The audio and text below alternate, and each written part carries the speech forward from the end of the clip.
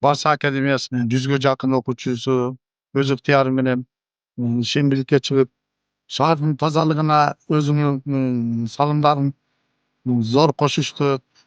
Ошондой эле бул алар үчүн дагы чоң тарбиялык маанидеги иш чара деп ойлоймун.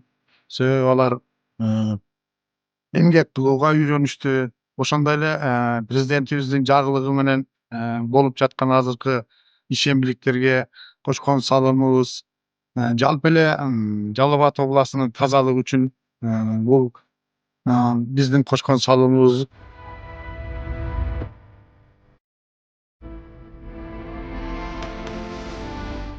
Барс академиянын окуучуларыбыз. Биз ушул курорт аймагын тазалаганы келдик. Биз ушул өзүбүздүн ыктыярыбыз менен тазалап кетебиз. Ассалому алейкум. Всех просим соблюдать чистоту в городе Жалал-Абад, чтобы он был чистым и самым лучшим. Просим вас соблюдать чистоту в Жалал-Абаде, чтобы он сиял и всегда был чистым.